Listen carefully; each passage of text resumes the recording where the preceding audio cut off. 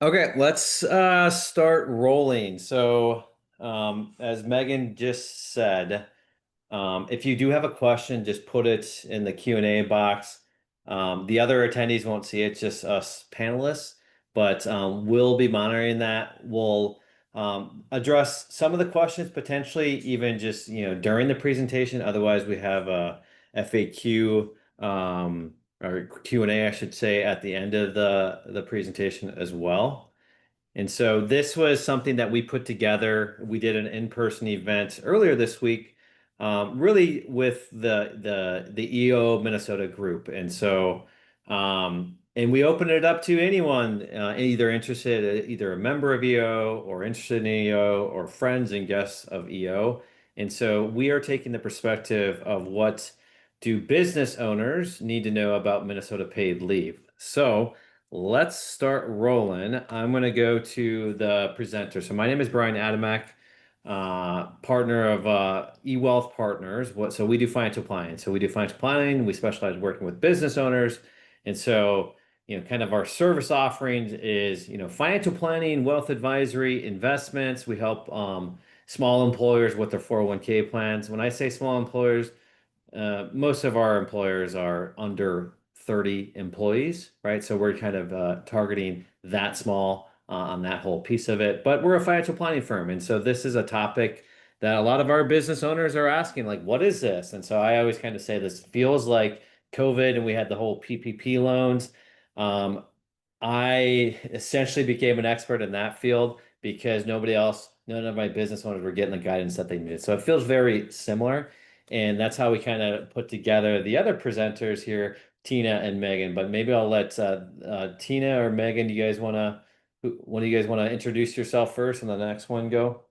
Sure. Hi, everybody. I'm Tina Syring. I am a partner at Husch Blackwell. We're one of the sponsors of EO Minnesota.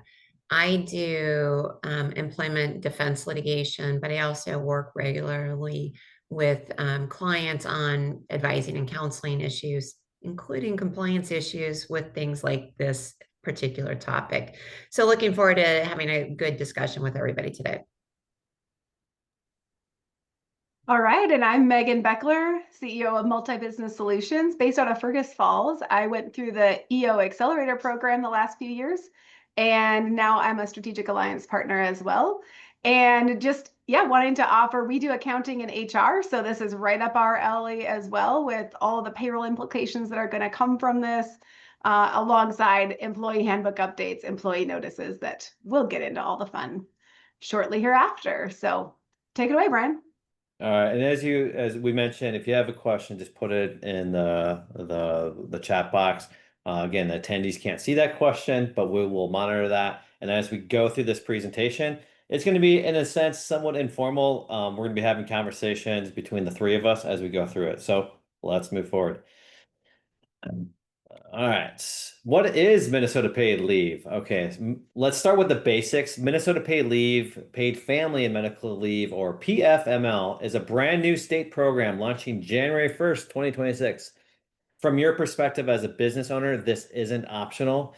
If you employ even one person in Minnesota, you are in the program, either through the state plan or by applying for a private plan exemption.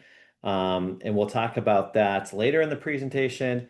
But it gives employees up to 12 weeks of medical leave and 12 weeks of family leave per year with a combined maximum total of 20 weeks. During this time, employees receive wage replacement from the states or insurance program if you do go that route, and job protection. We'll talk about that too, especially from I'll say from Tina's side, from the employment law side. So job protection means you're required to return the employee to the same job they left or a job that is equivalent in pay, benefits, and working conditions. The idea is to provide workers with income security during major life events. And we'll get into more of what qualifies. Um, Minnesota's not the first state to do this. You can see the other states that have a similar program. I guess nobody's probably surprised that California was the first state to enact this in 2004, and you can just see down the list the other states that have implemented this. And so I think there's even a couple additional states that are rolling this out next year. I think why that's important is because these plans have rolled out, these insurance carriers have created an equivalent plan option, and they've worked with these other states. And again, I'll talk more through that in a bit. All right.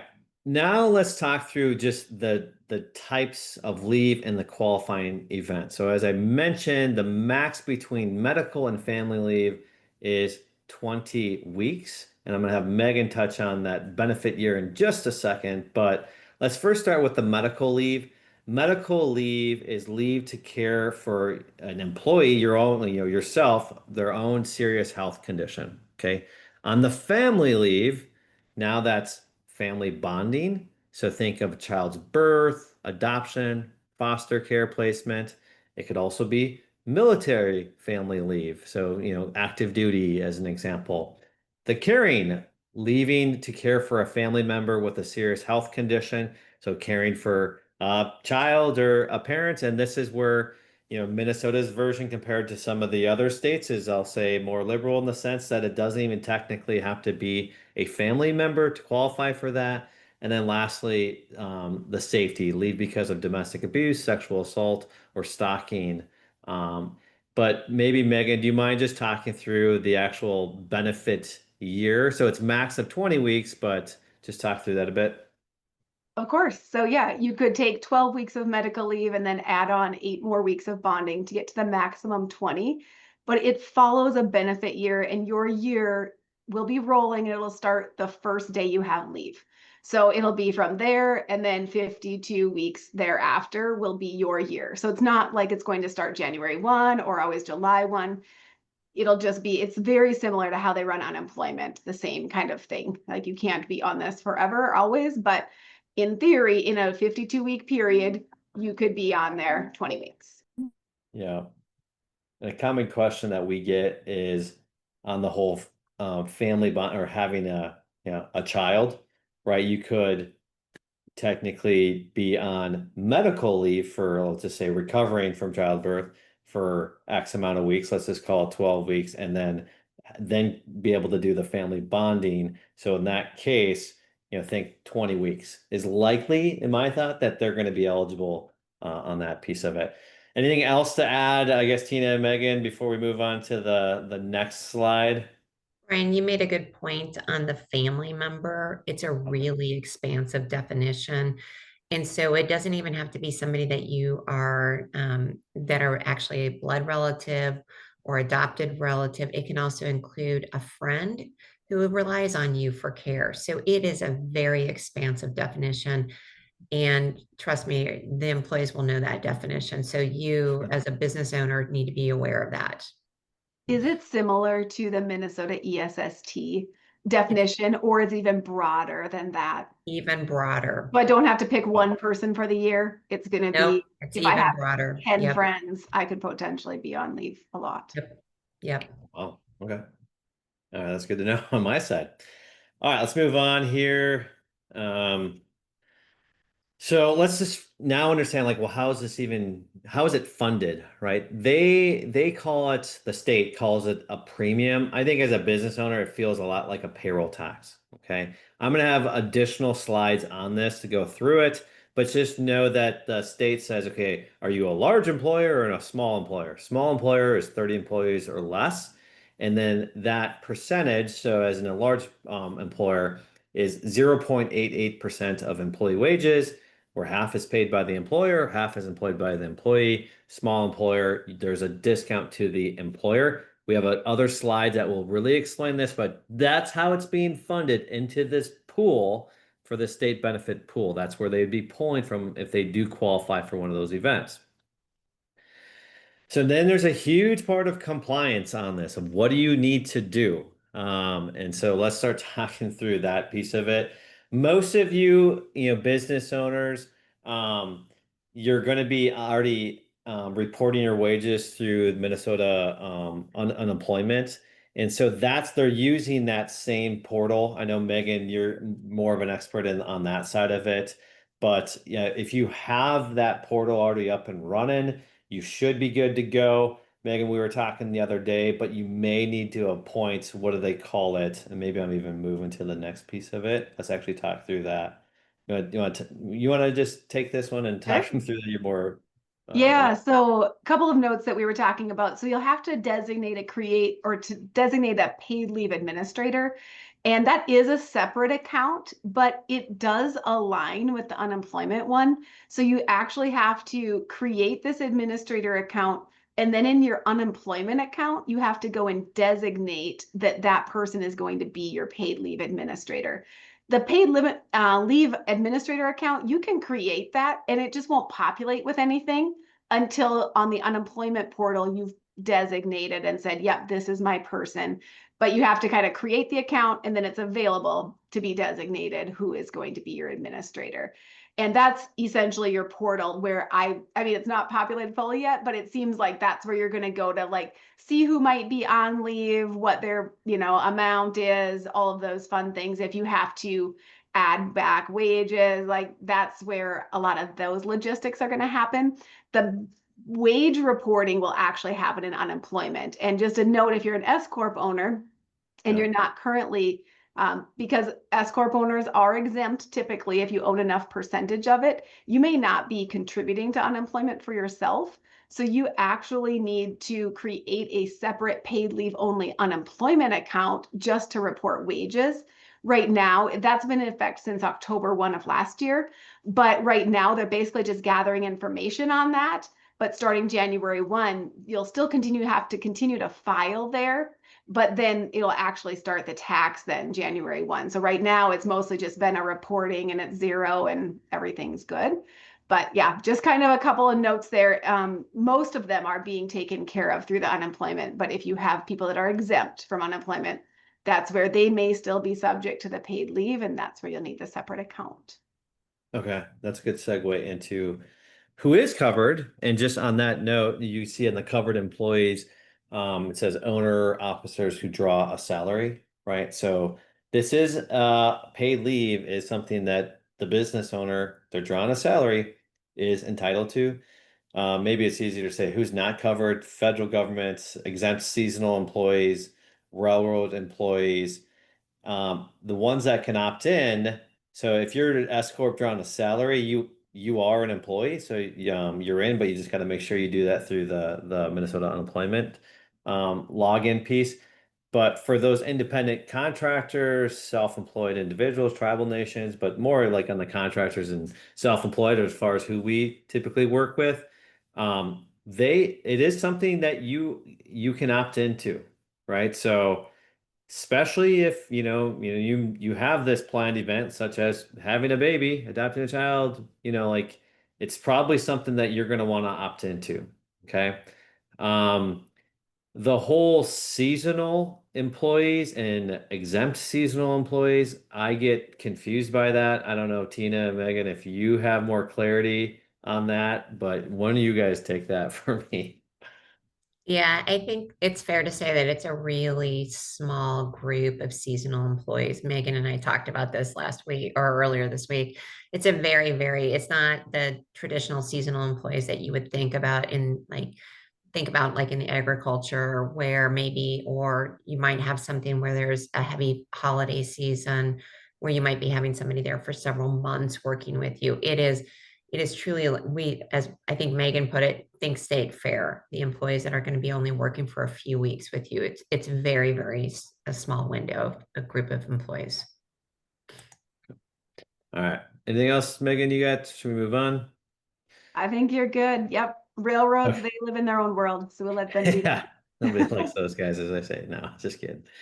All right. So now, hey Megan, I'm gonna kick this next one just of like the where are they producing their work? I feel like this is more of your Sure. especially just kind of working. I know you work with a lot of business owners on the payroll piece of it, and they're multi-state. So who is covered? You take that first piece. So yeah, it's not just full-time people. So it's essentially someone that is maybe only earning like $3,800 a year. And that will adjust up every year. So it's going to be people that earn 5.3% or more of the state annual average wage. which in 24 was 71.3. That will likely come up a little bit. And so maybe it'll be right around that 3,800. So they may only be working 5 hours a week or something like that. I mean, it might not be a lot, but they are still going to be eligible, and you're going to have to pay premiums and withhold premiums on them. The other thing is we deal with a lot of remote people. So the people need to be working in Minnesota. So that's kind of the big thing. Or people who live in Minnesota and didn't work more than 50% of the year in another state. Now, we deal with some border people because we're closer to North Dakota. And so if it's someone, let's say an employee that lives in North Dakota, but they work in Minnesota every day, they go to the office over there, they will be part of this program. They'll be required to pay the premiums in, and you'll be required to pay your portion of that. Now, if it's like me, where I have remote people that live and work in North Dakota, they're not eligible for the program because they don't come into Minnesota. They work from their house. So they aren't eligible for this program. And then new workers, if they meet the earnings requirement, they are eligible, even if they just started. So let's say someone's worked for you for 2 weeks and they're like, by the way, I'm having surgery tomorrow. They could potentially, they are eligible. There's some job protection things about the after 90 calendar days, there's job protection. But Tina, maybe you can weigh in about, there's some other laws that would actually dictate job protection right away too. So you can take that part maybe. Yeah, so even though, thanks. So even though there's job protection, it's a 90-day wait period under this law. For example, the example Megan just gave of, hey, I'm having surgery tomorrow, that might be a covered disability. So it might be something that where now we're dealing with a disability issue and you have an accommodation obligation, there's no wait period for that. Or let's say that the person comes in and starts working with you and is now at 7 months pregnant, but goes into labor early and is a month early, that would still have job protections under the Minnesota Pregnancy Act, Parental Leave Act, the Federal Pregnancy Protection Act. So it's just one of those things where don't think just because this statute only has a 90-day protection after a job protection after 90 calendar days, do not forget about all the other laws that might be in play, including also the earned sick and safe time leave. So because that's also day one that they have protection. That's confusing, but so basically that protection almost, I don't know, starts earlier than the 90 days if we can look at all these other ones. So probably err on the side of caution. That would be the yeah. rule there. Like, you know what? Just assume that they have job. Just assume they're protected. That's right. I would always assume that they're protected. And then if we need to deal with some performance management issues during that protection, we can deal with it, but we want to make sure that just assume they're all protected. Yeah. Consult with Tina. Okay. All right, so let's go here. This is how they do the calculation. It's all confusing. Well, I have a better slide that will really paint the picture of the benefit. The max weekly benefit the employee can receive is $1,423. Again, I have another slide here that will paint the picture a little bit better. And just on the bottom here, just know that employers can decide to provide supplemental benefits to the employees, topping off their pay to bring payments closer to their regular salary. So maybe I'll show that through the next slide. And keep in mind, if you're an S corp and you're subject to this tax as an owner, you're also eligible for this supplemental topping off. Okay, so we're going to talk through that here too. But let's just kind of look at this. What we did here is we drew out on the far left, just the employee wage compensation annualized. So if we look at someone making $50,000 a year, weekly, that's $962. Well, the paid family medical leave would pay $805. That represents about 84% of their normal salary. We go to 100,000, the break-even point is basically this 103. That someone making 100,000, they earn 1,900, they're getting almost 1,400 from Minnesota paid leave, and that represents 72% of their salary. So if there's no topping off, you see the higher income, right? Someone making 200,000, the max is that 1423, and so they're getting 37% of their salary. So, I don't know, I think it's fair to assume that those that will be going on leave are probably those, we'll say, lower income, 100,000 or lower compared to the higher income employees, just because the wage replacement piece of it. Um, and if this is your wage as an owner, you can create a policy that says that I'm going to top it off. So let's just use this example of 100,000. Your average weekly is 1923. Through the Minnesota paid leave, you're getting the 1384. The company could say, "Yep, no, we're going to top you off to get you whole," right, from the employer side. Now they're basically paying you an additional wage to top you off. Now that is also, just like your W-2 wages, subject to the payroll taxes, including paid leave, but it doesn't disqualify you. And then also, we asked the states kind of many different times, like if you are a business owner and you're receiving a distribution or a draw or a dividend or whatever we want to call it, that doesn't, and if that would put you over, that doesn't disqualify you, is what we're being told. So you could still be taking draws, distributions, but the W-2 salary, you can only go up to the top. And then I think, again, Megan and Tina, I think you understand it better, is like the employee, let's say the employer doesn't do any topping off, can't they basically use their own PTO to top them off? Yeah, okay. So the employee has that option too. Now, I just think on the business owner side, like looking at the payroll, seems like that's going to be a nightmare of how to manage that, to say, okay, they're going on leave, but we just want to use some of our payroll to top off that difference, and then for you to figure that out. I don't know, Megan, I know you're dealing with the payroll side. Like, I don't have a ton of confidence of how the payroll systems will figure that out, but I guess they have to, huh?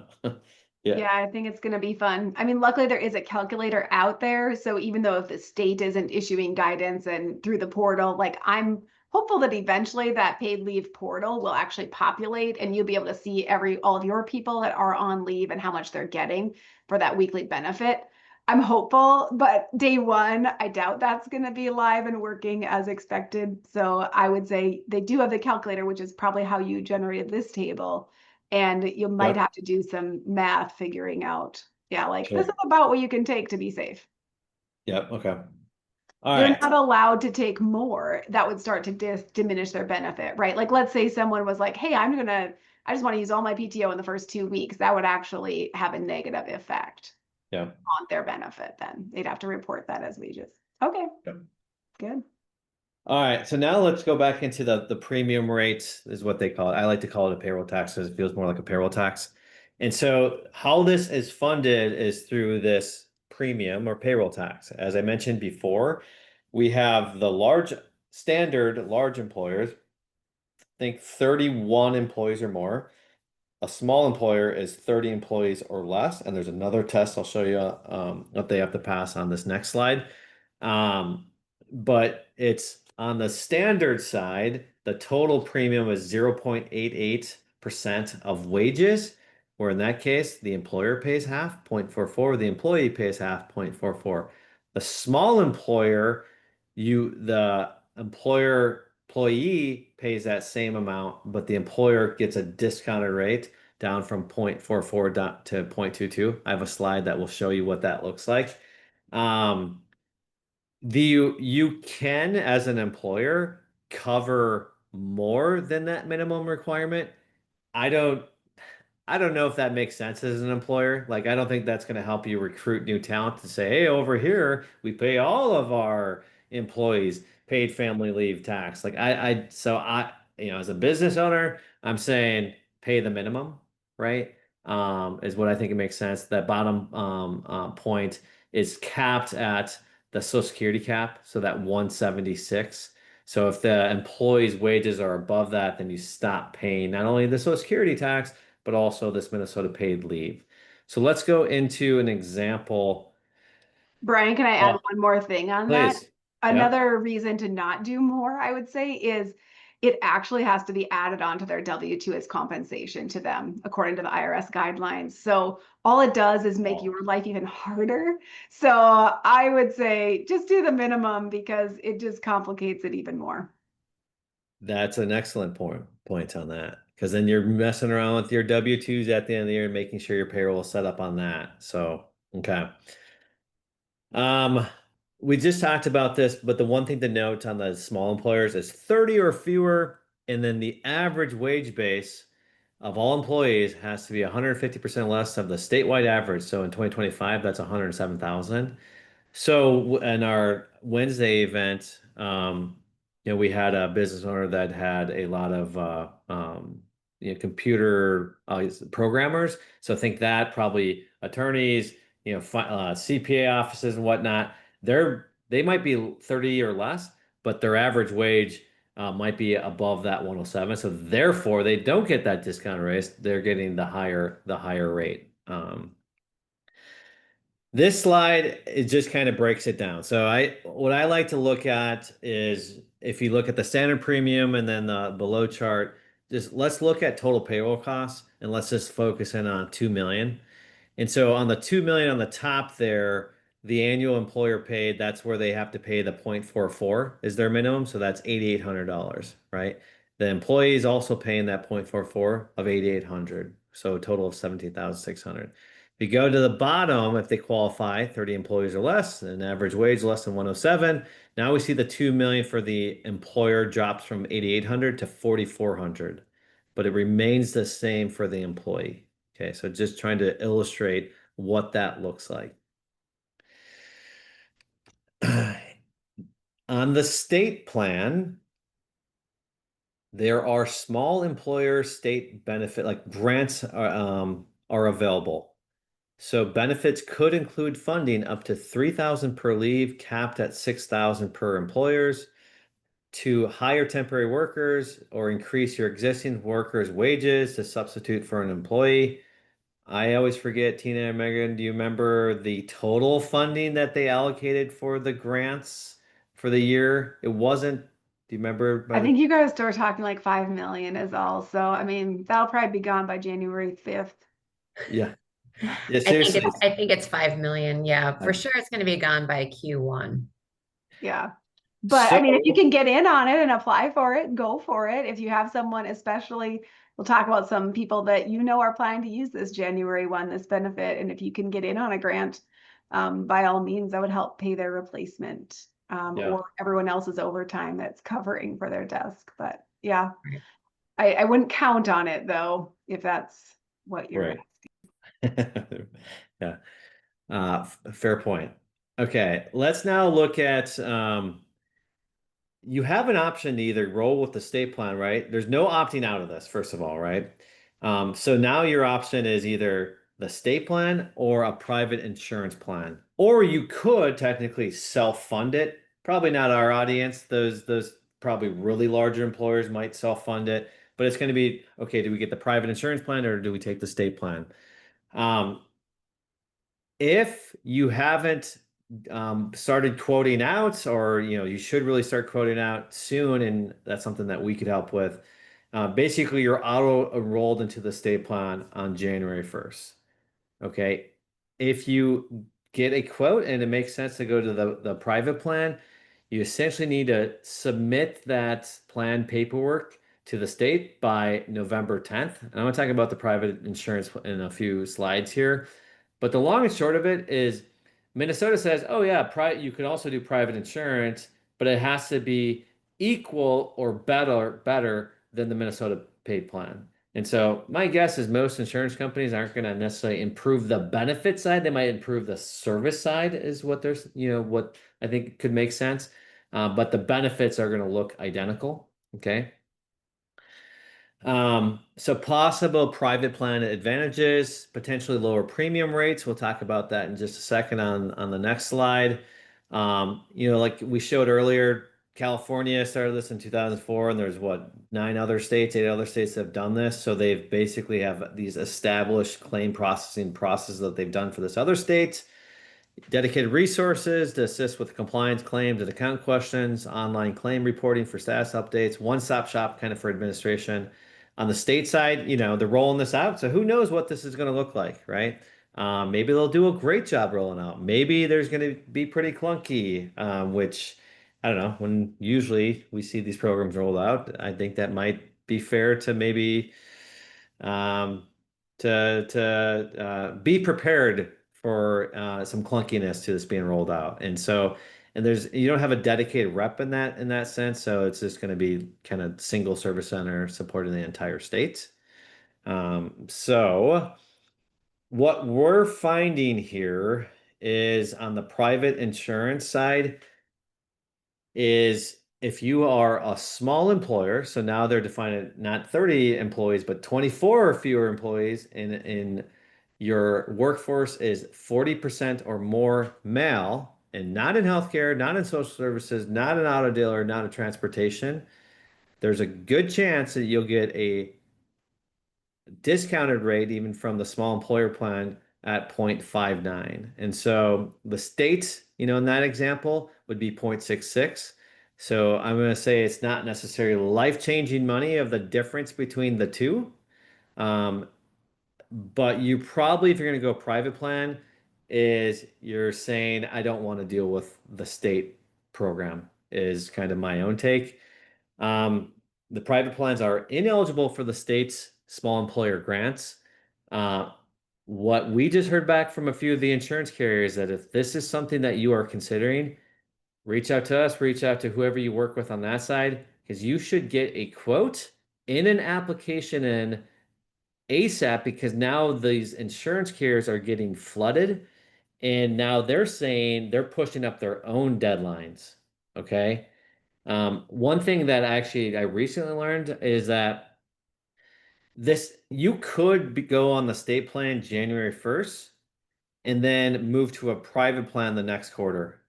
It is quarterly. I initially thought it was just once a year, but you could change mid-year. They're going to have the deadlines for when to change. So if you're thinking about private plan and you want to move forward with that, but you don't get it rolling January 1st, well, then technically you could get it approved for the next quarter. Okay.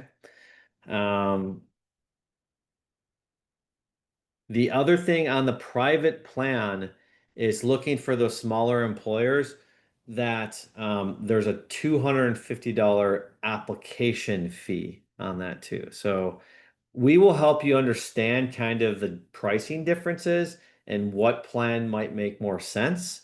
Other thing that we've learned and Megan, Tina, I don't know if you've seen this too, but if you roll onto the private plan, and then the next year or whatever, you go to the state plan. The state says you got to be on the state plan for 3 years before you can go back off it. Have you guys heard anything else to that? Megan, you're shaking your head, Tina. Yeah. So I haven't heard it. It's not surprising though. It's kind of like with the IRS. You can't decide to be an S corp this year and a C corp next year. It's like can't flip flop. You got to decide and stick around. yeah, so we can help, business owners think through that a bit of maybe where do we start, knowing that if we go private and then state that we're going to be with the state for 3 years. Me personally, just our business, we're trying to figure that out. We qualify for the discounted rate, but what happens if we have employees go on leave? What's the insurance company going to do? Are they going to jack up rates? And then we flip over back to the state plan because that's now a cheaper plan. Now we're stuck there for 3 years. So just long story short, we're trying to figure it out ourselves, and we can kind of talk you through how we're thinking through it. And But let's keep moving. we Yeah. don't know what the rates will be with the state in 2027, right? Like Yeah. the predicted for 26, but I mean, they could be quite a lot higher in 27, depending on usage. So Yeah, talk about that, Megan. Did they pass just when they passed this originally, whenever that was 2 or 3 years ago, that it could increase to as high I think what it was was it? 1.1, I Yeah. think is what it was, right, Tina? It's 1.1. They don't have anything on 2027 yet, and I'm sure that's going to be discussed at the next legislative session too on this.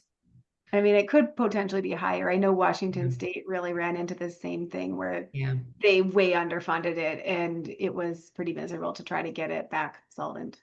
Oh, wow. I suspect it will be too. Yeah, so they don't have to pass any new law. They can go all the way up to 1.1 without needing to pass anything. And then, I don't know, probably fair to expect that that in time will be increased. On the private insurance side, my assumption is that the private insurance also would be kind of in lockstep of increasing theirs. To be determined, but I'm guessing they're both going to be kind of coming up on that. All right, now we're going to get into more of the more compliance side of informing your workforce. And actually, before we do that, let me just talk through these key deadlines that we already talked through. We said October 31st to get your quotes for private plan. Well, what we just heard yesterday from a few of the insurance carriers, I would do this absolutely ASAP. Because they're getting flooded and they don't know if they're going to be able to turn around and not only get the quote, but then get the application in for the insurance carrier, because you need to get approved from the insurance carrier. And then by November 10th, submit that to the state for this private plan exemption. It doesn't cost you any money to get a quote. So if you're going to consider it, do it ASAP. And then you can even run the application and it's not going to be any cost to you, but at least you're kind of covering your cards of like, let me just see what this looks like, because you need that private plan exemption that the insurance carrier gives you. You need to submit that to the states by November 10th. Because December 1st, and Tina's going to talk about that, you have to notify employees of the decision you made, Minnesota versus private. January 1st, the program begins, so be prepared for some employees going on leave right away. We'll go through an example of someone that had a child this year, technically could start claiming January 1st. We'll go through that example. But make sure your payroll is set up to have the deductions being taken out of the employees January 1st. The first premium due to you, regardless if you go to the state plan or the private plan, is April 30th. So it's in arrear. So the first quarter happens, and then you have April 30th to make the payment. As it relates to payroll, Megan, we don't have a ton of clarity on if the major payroll providers are going to make that. They'll withhold, because you can set that up in the system, but it's not completely clear yet if they're going to actually make the payment to them as well. You'll want to check with your payroll provider if you're using ADP, Paychex, QuickBooks, Gusto. I would expect they will attempt to, and because it's so tightly tied with the Minnesota unemployment system, and that's how the premiums are calculated, I honestly think it'll be like a joint filing for most people, except for those people that have that separate portal. I don't expect that they'll be able to do that. But anyone else, like that's just the regular unemployment, it's going to file together, and it's just going to be another line that says you owe this much for paid leave. Okay. Oh,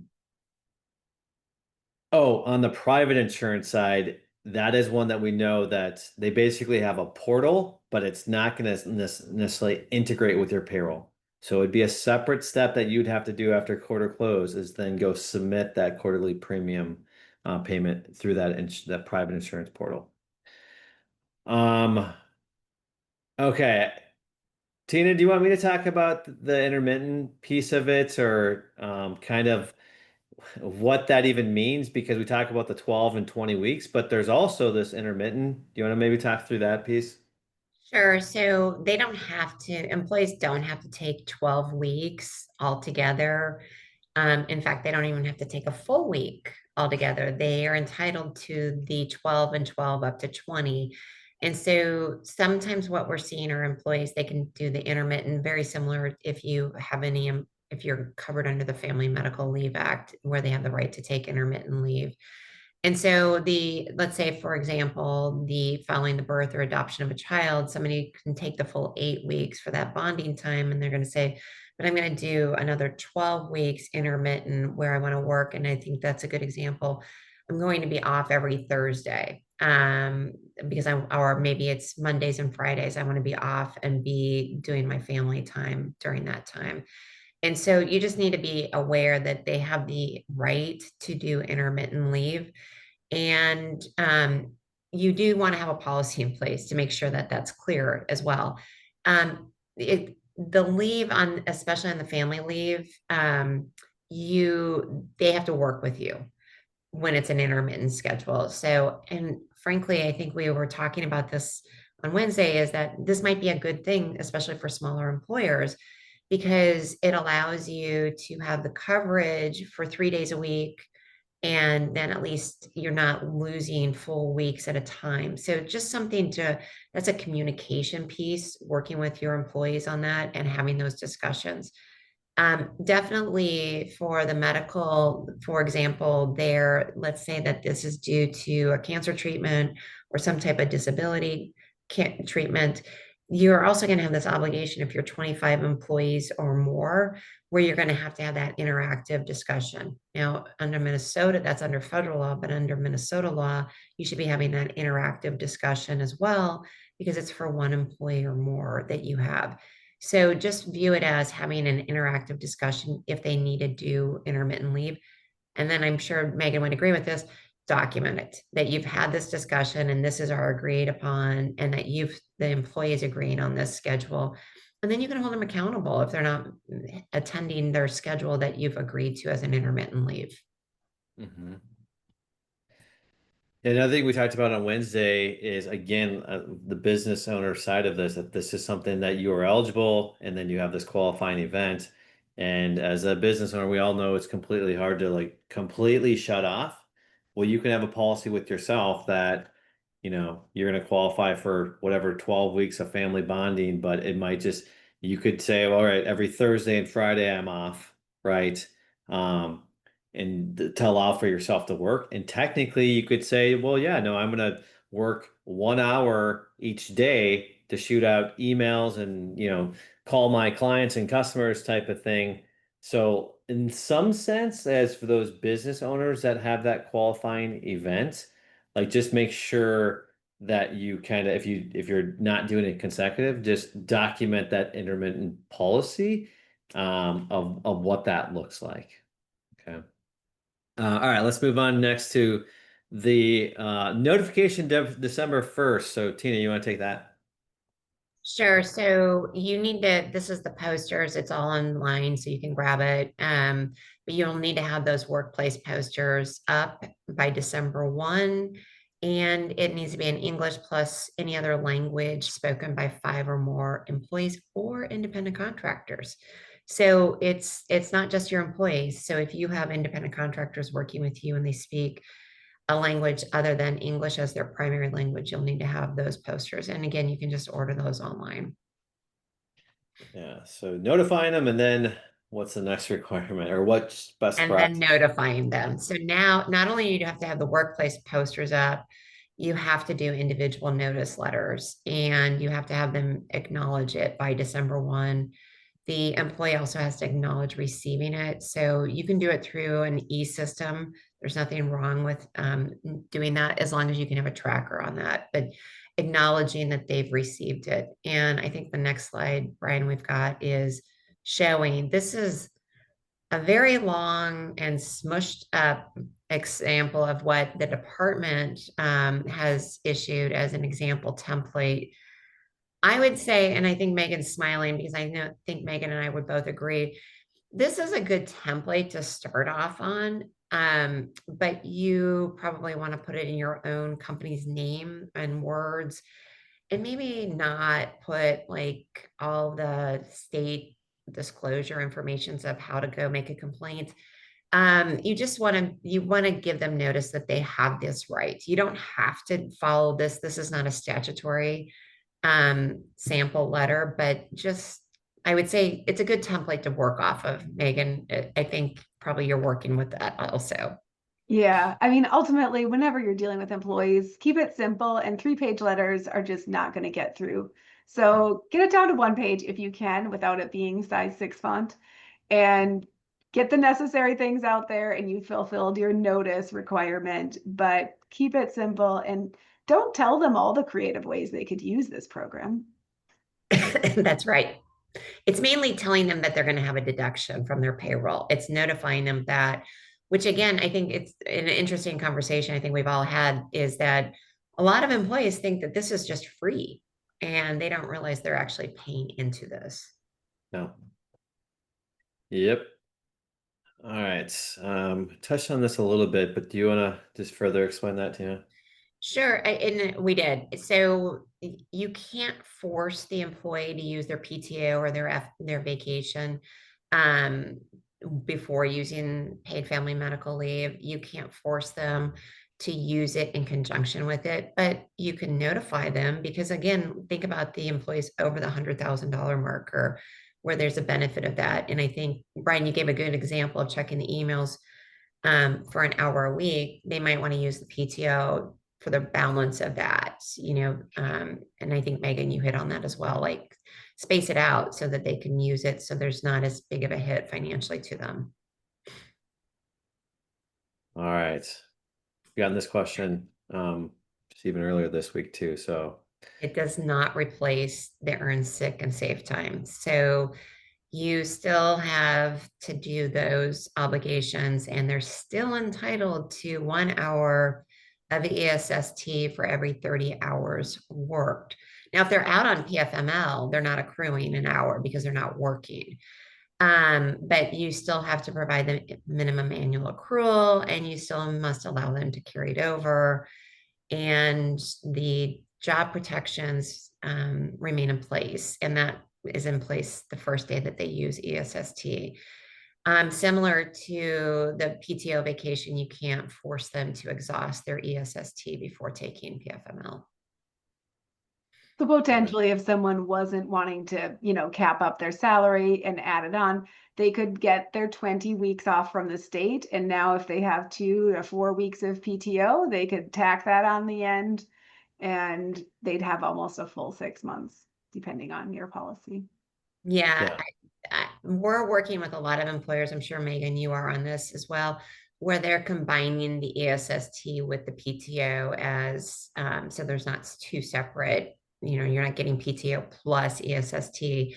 It's kind of all rolled into one, except for like maybe part-time employees where they may not be entitled to PTO. So they'll have an ESST, but we're putting policy language in there. Just a reminder though, is that if you're tying your PTO with ESST together, the entire time of PTO is considered job protected and anti-retaliation protected under the ESST. Okay. Let's do, so we have about, 12 minutes before we hit 1 o'clock here. So let's talk through this. And I also want to talk through the example of someone had a child this year that be prepared that they might be claiming January 1st, and then leave some time for Q&A. So you want to run through this? Sure, quickly, if you have 50 or more employees, then you still have FMLA obligations. PFML does not replace this, but here's the good news. You can run it concurrently with the PFML. You just need to still make sure you're giving all your FMLA paperwork and all of that stuff. But just make sure your policies are fully explaining this. Get your written policy to explain it's running concurrently. And so in the case of this year, because the way Minnesota paid leave works is if someone had a child in 2025, they could qualify to qualifying event that they could start paid leave in 2026. It just has to be 1 year from when they had the child, adopted child, foster care piece of it. So in the example that if they had the child June of 2025, June 1st, then they have all the way up until June 1st of next year to take the 12 weeks. So they may have already taken their whatever FMLA or just whatever the policy was in 2025. Well, just be prepared that they also that doesn't disqualify them in this kind of first year of rolling out. So be prepared that those individuals are likely going to take 12 weeks, and they just need to make sure that they take that 12 weeks before that qualifying event of having the child. And so I just had a phone call yesterday on this exact issue. The birth of the child was in September of this year. The employee's taken 12 weeks of FMLA. And if you don't qualify under FMLA as an employer, you might still have obligations of giving the parental leave of 8 weeks. So just be thinking about that as well. And so we just had that phone call, and the employee who just had the child is also going to go to PFML starting January 1. So it'll Yeah. be 24 weeks. And this is a small employer, so it's really having an impact. It's right at the 50 employee marker. Yeah. Yeah, And that's just a reminder too that if one is on leave again and they're not taking PTO to supplement, or the employer, the business is not supplementing it, when they're on paid leave because you're not paying them wages, it's coming from the benefit. Then you don't have to pay premiums for that benefit amount because they're not being paid a W-2 wage. It's coming from the state pool money or the private insurance money. Okay. But if you decide to supplement them, then that is a wage that also has to be entitled to the premiums. And that just kind of maybe a question that we get quite a bit is, if you are providing health insurance to the employee, and there's a portion that you as the employer is covering, and there's a portion that the employee is responsible for. Well, if they go on paid leave and they're again, you're not supplemented at all. Well, how are you going to get those dollars for that employee's portion of what they have to pay? You got to think through that. Megan, Tina, I don't know if you thought through like how would you even do that? Like, hey, you still need to pay your premium for the health insurance, even though you're not getting, I don't know, Megan, what are your thoughts? Yeah, I mean, we certainly have people that build it into their handbooks. We have Sure. people that is definitely a regular part of the conversation when someone is going out on leave, is that you will be responsible for your premiums. The other kind of, as I was reading more of the IRS guidance on the taxability of this, there is going to be a difference between the family bonding leave or the family leave and the medical leave. And potentially another fun payroll complication is going to be that if they're on medical leave, the portion that you're paying, because you're paying it as a pre-tax thing as an employer, it'll be prorated. That part of the benefit will be prorated as taxable, and you will have to be matching Social Security and Medicare, and more than likely paying paid family medical leave premiums on that portion. So if it's a large employer and they're 50-50 and their benefit for their 12 weeks was $20,000 on $10,000, you're going to have to still match the Social Security and Medicare. So it's going to be really a lot like as I'm reading it, is a lot like a disability policy, that if you covered it and they didn't pay it after tax, there's tax implications for you as an employer, and even having to get it on their W-2. So it's going to be a lot of fun for payroll. Yeah, and stay tuned to I know Megan and I have talked, and Tina, like as we get closer to the end of the year and get some more clarity from the states of how that's going to be handled, we'll likely be doing additional webinars and probably into the new year. I know Tina, I guess we also have one upcoming here, again, more of just the compliance side of it. So I think all three of us are staying on top of this. So I know on our website, or follow us on LinkedIn. We'll be pushing this out because there's going to be just a lot more. We get more clarity, and then just different client scenarios, and then actually when it rolls out, we'll obviously know more from that side. So, how are we doing on time? We got about 5-6 minutes before we close. And so if you have any questions, go ahead, throw them in the Q&A chat. And anything, Tina, Megan, that comes to mind, I'm going to fast forward on some of this. We talked about job protection, talked about just, basically get those handbooks updated and ready to go. I know both Tina and Megan, that's something that you guys kind of do in the line of work that you guys do. Um, Anything else, Tina and Megan, on your side that we forgot to mention, or something that you've seen with any of your business owners recently that's worth mentioning? I don't think so. What did you have, Tina? The only thing I keep, and you, Brian, we talked about it a little bit before we started this, is that people think, well, what if I don't do this? It's not optional.